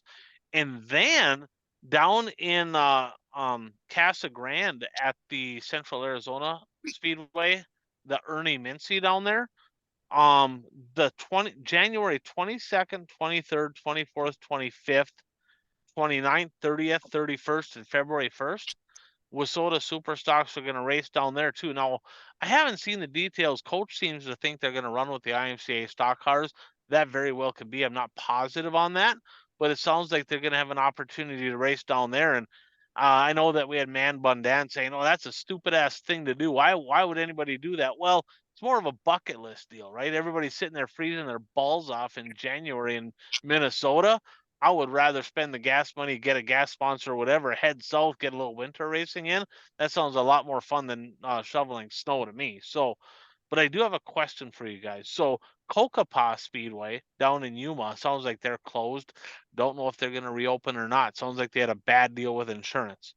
So they canceled. They had the Winter Nationals down there. The Winter Nationals are moving up to Casa Grande. Guys, listen to this schedule, right? Listen to this for a second. They are running 4 straight weeks of 4 nights of racing at Casa Grande. 4 straight weeks of 4 nights. They're running January 8th, 9th, 10th, and 11th, 15th, 16th, 17th, and 18th, 22nd, 23rd, 24th, 25th, 29th, 30th, 31st, and February 1st. 16 nights of racing in a month at the same track, plus practices on all those Wednesdays. If they keep that track in order to where the racing is actually decent, the track prep person, whoever that may be down there, deserves a big raise. I can tell you that, because that is a tall task. I don't care how good the track is. That is a lot of laps on a racetrack in a short period of time. So, and a lot of strain on the fans. Now, let's face it, there's a lot of Minnesota, Wisconsin, Dakota people down in the Phoenix area, and Casa Grande's like a half hour away. So maybe they'll kind of fill in the grandstands down there. It'll give all the northern people something to do in the winter. I expect to see my dad down there, Harlan Tardy, Kelly Espy goes down there. So I'm assuming a bunch of them guys will make a trip over to a few of them races. So let's jump into the Pick'em segment, 2024 Pick'ems, brought to you by Brad Parsons Soil and Ag Solution. So if you're in western Minnesota, the Dakotas, you want to be more profitable in your farming endeavors in 2025? Well, it comes down to one thing. You got to have the right stuff in your spray packages. And Brad has just that. The proof is in the pudding. He can get you all the data. He has several people that have had great results, very happy, higher yields as a result of using his products. Give Brad a call at 320-219-3542.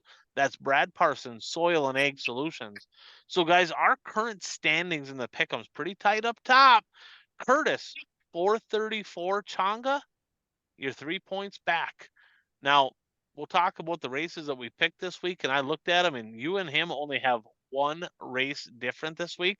So, at best, you can only be 1 point out of first this week. So, he kind of blocked you a little bit there. You got the same picks except one. I am at 423. I'm 11 points back. Uper, 365. Bert, you're at 357. You're 5th. But you're only 1 point ahead of Dano. Dano's at 356. Worker Bee, 352. Coach at 348. Man Bun Dan at 345.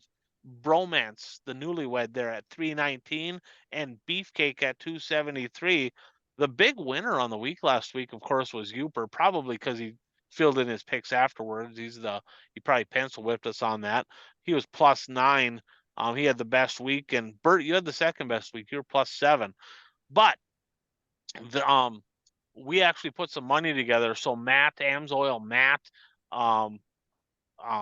Kent, Worker Bee, myself with Impact Health Sharing, Brad Parsons Soil and Ag Solutions, we put some money together. Whoever wins our Pick'ems deal is going to get to pick a driver or multiple drivers if they want, and going to be able to take some money and give it to them as a sponsorship for the 2025 season. It's kind of a neat deal. We're going to give back to the racers there. And this week we're picking we're going to pick USMTS and USRA shows down at in Texas, but then canceled. So we're picking the 9 feature events happening at the World Finals at Charlotte. And I'll mention the races. You guys say really quick who we have. It's only 9. So big block mods. So we're going to start there. So here's what you need to watch at this race. Matt Shepard is only 15 points ahead of Matt Williamson for the Super Dirt Car Series Championship going into the final weekend. That's the tightest battle of the 3. Who do you guys have? We'll go Bert, Changa, and then myself. Who do you guys have for your picks for the big block mods, the beasts of the Northeast in Charlotte? Thursday, I have Matt Williamson. Friday, Matt Shepard. Saturday, Matt Williamson. Oh, Canada. Oh, Canada, 2 of the 3. Changa, what do you got? So Thursday, Matt Shepard. Friday, for sure, Matt Shepard, right? Because that's the only race I can gain anything on. So he better win that one. And then I think I'll go Shepard the third race too. Yeah, you got Shepard ×3, and I went with Team Canada there, Bert. I got Matt Williamson ×3. So I'm 11 points out of first. I'm 8 points behind Changa. If Williamson sweeps the week, I'll be just ahead of you on just that alone. So I'm kind of rolling the dice. This is a big week for the 71A. It's either I'm gonna come out on top, or I'm gonna be way out of reach when this deal's all done, because I saw who you guys have. Late models. Late models is a big deal right now. World of Outlaw Championship coming down to the final weekend. Brandon Shepard, your point leader. BP 32. Now remember, he lost some points after speed weeks with the tire deal. If that wouldn't have happened, he's got a big lead. He's over 100 points ahead if that don't happen. But he's 44 points back. Just 6 points behind him, 50 points out of first. The thrill from Mooresville, Nick Hoffman on his home turf right there in Charlotte. Bert, who do you have? Superman Thursday night, RTJ Friday, and Pierce on Saturday. Okay. Changa? So Thursday, BP 32. Friday, Bobby Pierce. Saturday, the Smooth Operator. So the Smooth Applicator on Saturday. Okay. So the three in the point battle, Bert. Brandon Shepard, Bobby Pierce, Nick Hoffman. The 71A going out on a limb here, guys. RTJ ×3. Ricky Thornton Jr. He had a big week there last year. All right. Sprint cars coming down to the wire. Now, David Gravel, 74-point lead over Carson Macedo. Gravel looking to win. Both of them looking to win their first ever World of Outlaw Sprint Car Championship. Bert, who do you got? Gravel, Macedo, Gravel. Cole Macedo? C. Macedo. Cole Macedo. Cole Macedo. All right. I'm kidding. You got Carson. All right. Changa. David Sandek Gravel ×3. And I went with Carson Macedo ×3. And I know the point leader, Curtis. Curtis has BP 32 ×3. He has Shepard, Williamson, Shepard, and then he has Gravel ×3. The only one that I have the same as him is Williamson on night 2. Like I said, it's either going to be a really good week or a really bad week. We're going to find out. I hope you get that one wrong. I bet you do. I bet you do. A couple interesting things here, though. So they only got part of the qualifying in tonight. Bert, what do you got? Oh, you're still talking about Charlotte. Never mind. Yeah. Because we're picking one other race, right? The USRA race. That all canceled. Oh, that's canceled? Yeah, that was all the same track. That whole weekend. Oh, okay. Never mind then. Yep. Yep. So yeah, that one canceled. Good catch on that. Good catch on that. So kind of interesting looking at the sprint cars, right? So no Rico Abreu, no Brad Sweet, no Brent Marks, no Corey Day. Now Corey Day is running the truck. He's at Martinsville, but you guys kind of surprised that none of those three are going to be at Charlotte? That's kind of a surprise, ain't it? Scared.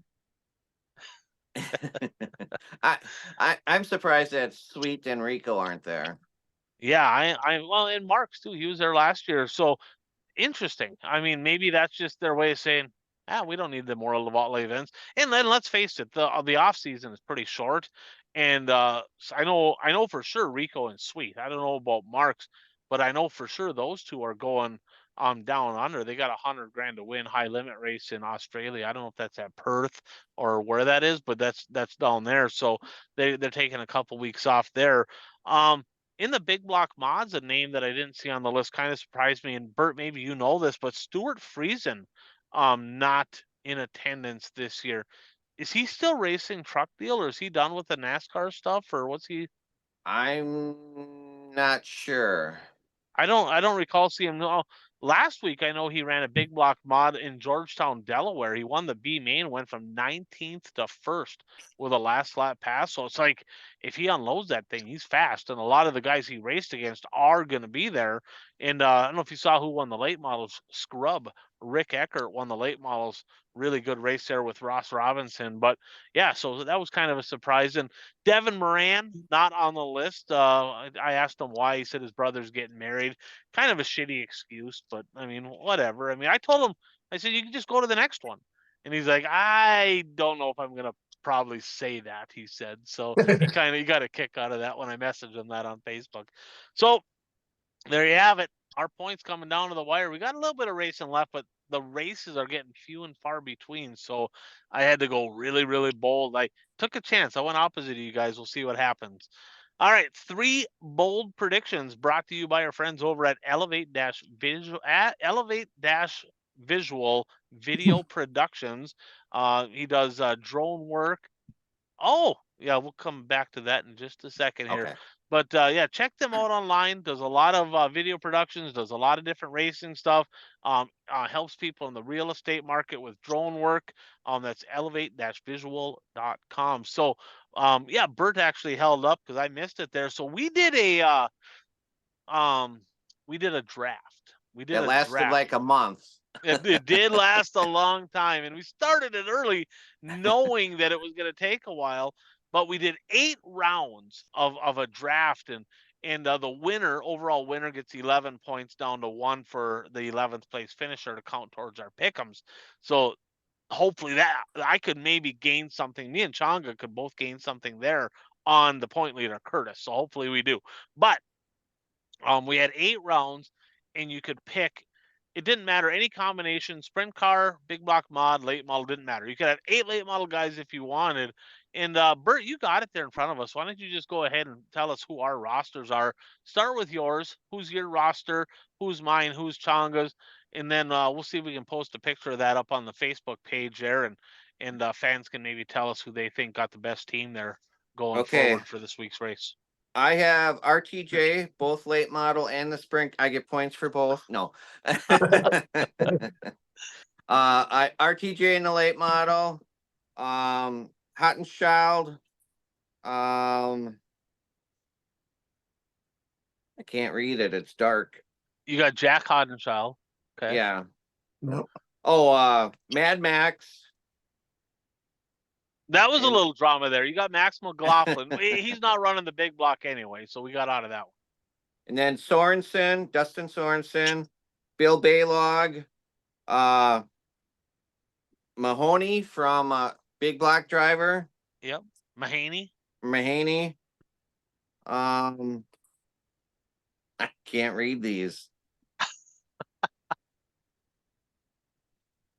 I have Corey Eliason in the sprint cars, and then the one that Ross Bales. Who I just got today. Yeah, that was your repick. Yeah, because we actually did a deal where we made our picks, and if your driver wasn't there today for qualifying, you could actually have a repick, and that way we all have 8 drivers. How about Changa? What's Changa got going? You got yours in front of you, Changa, or do you need him to read them? I don't have it in front of me. I don't have mine either. He has Donnie Schatz, Phelps, Jimmy Phelps, big block mod, Hot Sauce, Giovanni Selzy, Dustin O'Neill, Hudson. Hudson O'Neill, not Dustin, Peck from the sprint cars, I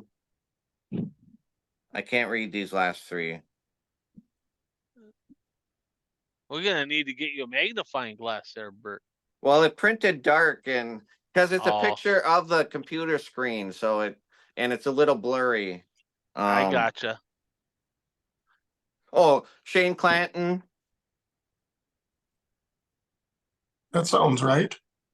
And I don't know the last one. Oh, there should be 2 more, right? Yeah, there's 2 more. We'll post them up there. I know my last one today was Brian Calabrese, a big block mod guy. Yep. And then the one before that, gosh, I just don't even remember who it would have been. And my first pick was Matt Williamson. I know that.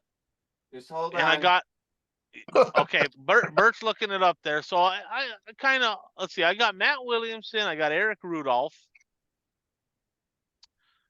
I have Mike Marlar. Britain is your other one. Oh, he's got yeah, Peter Britton. Britton. Peter All Britton. right. So let's see. Aho, Williamson, Rudolph, Marlar, G. Williamson, Herb Jr. G. Williamson.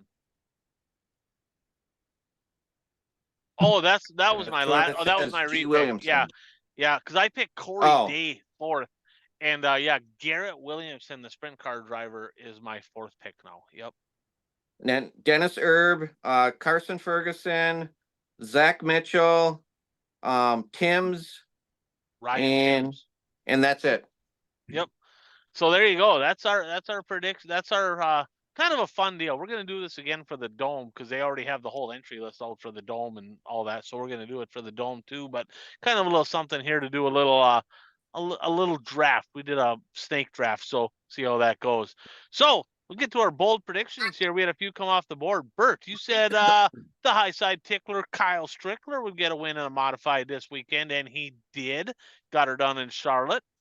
And you said old Air Force Ashton Winger would have a pair of podiums and hunt the front late model action, and he did not have that. I had I don't know. I said Ethan Dotson was going to get a win this week in the mod at East Bay or Charlotte. That sucks because he did get a win in the late model at East Alabama. So that's a bad beat. That sucks. That sucks. All right. Uper, he said hunt the front late models would have a better quantity and quality this weekend than the XR. And the quality was they must be top 20 in that is counting top 20 drivers from Lucas and World of Outlaw. That's how he quantified that. And yeah, he was the opposite. There was actually more of those drivers at the XR race than there was at I-7 or than at I-75. So we got that wrong. And he said East Bay would be won, the mod feature, the Rusty Dixon Memorial would be won by a first timer. Oh, that's close. That's close because his first time was at Speed Weeks. So it was the first year that he was there, but he did not. So Treb Jacoby was not a first timer. So I'm going to ask you guys for your input on this. I got my feelings on it. I'll get your feelings. Coach Kraus had one come off the board. The driver that wins the Rusty Dixon mod race will be essentially a no-name mod driver.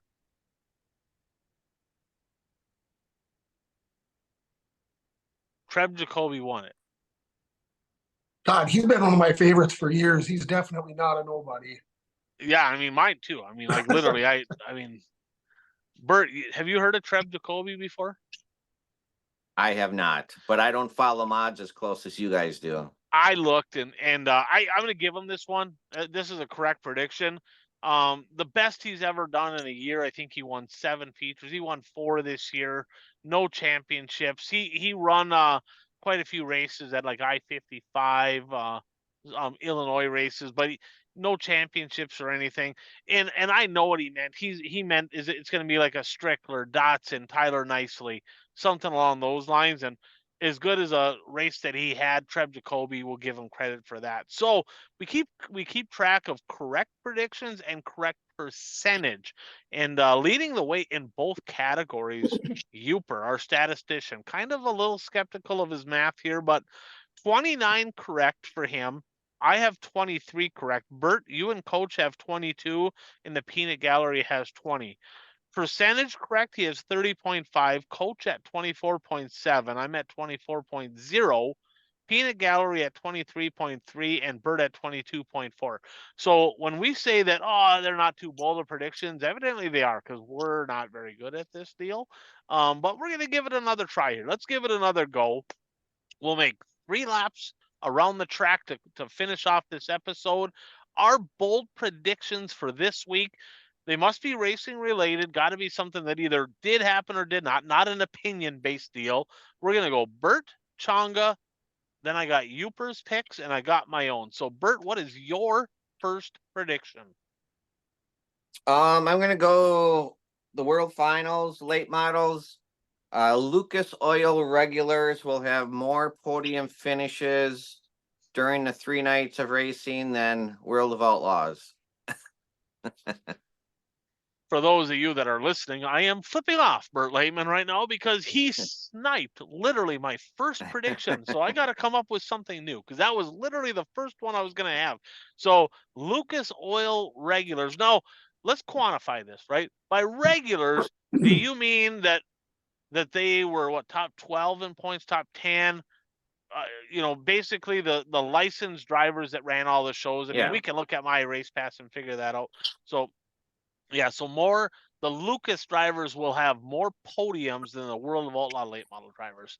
All right, Changa, what do you got? Well, since my nemesis Kraus is not here to tell me if this stuff's bold or not, apparently he has strong feelings about me or something. He's talking about you being bold, and he's too much of a pussy to be on the show the day before the WSOTA meeting. Talks about me chirping on the thing I haven't even posted on there in a month. But so now I'm gonna start this off. I don't know if this is bold or not. Maybe Kraus wants to critique this one too, right? So my first one I'm going with Monday morning, maybe even before then, but for sure by Monday morning, Coach Kraus will have an elbow injury, whether his arm's in a sling, a cast, or it's just heavily bruised from rubbing elbows with all his buddies there at the WSOTA meetings this weekend. A couple of the promoters from the east and the west of his track, I'm sure they're bashing elbows, maybe even forearm smashes, about the tire prices going up or what have you. I thought you were going to say chap lips or something. But... Well, I mean, that's a possibility, but we got to keep this PG-13. All right, is that actually your prediction? My prediction: Kraus hurts his elbow, rubbing elbows at the meetings. Is that bold enough for him? You think? I think that's kind of a bunt, but I don't know. All right, Uper's first prediction. He's going to go World Finals as well. Carson Macedo will win 2 of the races, at least 2. He's going to win at least 2, but will still not gain enough points to win the championship. So Carson Macedo wins at least 2, but does not win the championship in the World of Outlaw Sprint Car points. All right, this one here, I'm going to kind of hedge my bets based on what my picks were. That I'm trying to win is what I'm trying to do, but I'm trying to win here too. So I'm going to go with a 3-legged parlay. Brandon Shepard, David Gravel, and Matt Shepard will all finish the weekend as the champions in their respective classes. B. Shep, David Gravel, Matt Shepard, all 3 win the championships. All right, Bert. Yeah, that Kraus, so that's a tap in. Kraus ain't gonna allow that one. Yeah, Shepard's only got a 15-point lead, so the other 2 are, I don't know. I mean, Sheppy's not all that quick. I feel like Pierce might be able to catch him, but I don't know. We'll see. All right, Bert. Lap number 2. I will say all 3 big block features will be won by a driver with the first name of Matt. Oh, okay. All right. I mean, there's plenty of other good drivers there, but so Matt Shepard, Matt Williamson, of course, your 2 heavy favorites in that deal, but Eric Rudolph going to kind of spoil the party. Maybe Anthony Perego, maybe going to get her done, but so some dude named Jimmy Phelps is going to win. Jimmy Phelps could win, right? Billy Decker's not going to win because he's not there. Kind of a surprise. So the name Matt will be the winner of all 3 big block mod races. Okay. Changa. Okay, so you want bold. All right, we're gonna do another bold one. Now this might be the most bold one of the year, okay? So at the conclusion We're going to go late models. At the conclusion of this weekend, okay, Bobby Pierce is going to cut into the deficit, but it ain't going to be enough. Sheppy's still going to have the most points, right? But we're going to find out in about a week he was disqualified for an illegal tire sample, and Pierce will inherit the championship. Wow. All right. All right. So that's interesting. Okay. So Sheppy's going to leave the weekend as the point leader, Mhm. but he's going to fail a tire sample. It'll take more than a week. That usually Time takes frame, give me whatever the time frame is. That's irrelevant. because they'll do tire samples. I don't know if they'll post, but there will be an announcement made that Sheppy failed a tire test and loses the championship on the final weekend. I don't see that happening, so that's extremely bold. But that all right. I've got a bottle of Daytona 1 and a car that'll tell me I could get there by Saturday. Boy, wouldn't that be a deal? Just go douse his tires right before the race and be like, that fucker's cheating. Check his tires. Yeah, that would be a thing. All right. Uper's second prediction is going to go back to the World Finals as well. Superman Jonathan Davenport will podium all 3 nights and will win at least one of the 3 in the Rumley ride here this weekend, driving for Kevin Rumley, running the 6. Isn't it the 6? Is that what it is? Yeah. Yes. Is that Yes. the 6 on there? Okay. All right. My second one here. It's going to be an either or. It's going to be an either or. Either RTJ makes at least one feature, or Sammy Swindell gets at least one top 10, or both. So either or both. Either RTJ will make a feature. Yeah, in the sprint car. Yeah. Either RTJ will make a feature in the sprint car. Okay. Or Sammy Swindell will get a top 10 and an A main in the sprint car, or both. Well, shit, that's almost like getting an extra pick. I can take that away. What do you think? Hey, I don't care. It's Kraus runs the show anyways. I think both of them are extremely bold. So I don't know. Yeah. Bert, you okay with that, or do you need me to alter that one a little bit? You need me to change something? I'm fine with it. I'm fine with it. Do you, or do you need me to just make it an and?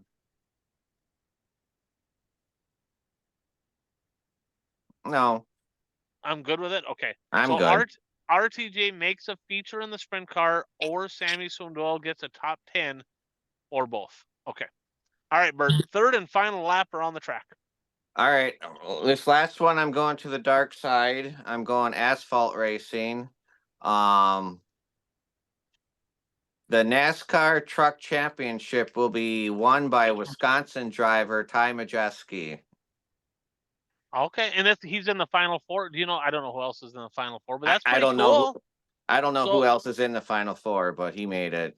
So Ty Majeski in the final 4. That's pretty cool. Good luck to Ty Majeski. Yep. Awesome. All right, Changa, your third and final bunt here. Okay, so I'll take a page out of your book. Either Corey Krapser will win the feature, or Bobby Pierce will win the feature, or Jonathan Davenport will win the feature, or RTJ will win the feature. You know. Wow. All right. Fair enough. All right. Let me come up. I'm gonna go with Matt Shepard wins 2 out of the 3 races, with the second race being one of them. At least 2, in case he wins 3. Yeah, at least 2, with the second race being one of them. Okay. So Matt Shepard will win at least 2 of the 3, and the second one will be for sure one of the 2. Okay. My Uper's third one here. The smooth operator Bobby Pierce will finish 3rd in World of Outlaw late model points. Bobby Pierce will finish 3rd in World of Outlaw late model points. Remember, he's only 6 points ahead of Hoffman. I don't think that's possible. Because even if he finishes third, when Shep gets disqualified, he'll still get second. Well, that could happen. That could happen. All right. So my third and final prediction here is going to go to the World Finals as well. Going to go to the World of Outlaw Late Models.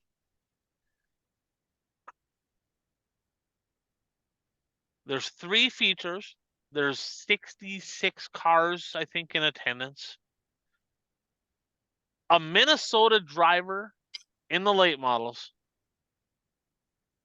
At least one top 10 finish will be had by a Minnesota-based late model driver at the World Finals. And I believe it's essentially just Brent Larson and Dustin Sorensen, right? I think. So there will be at least one top 10 finish at Charlotte between those 2 drivers. Got to be honest, hopefully it's 6, but at least one.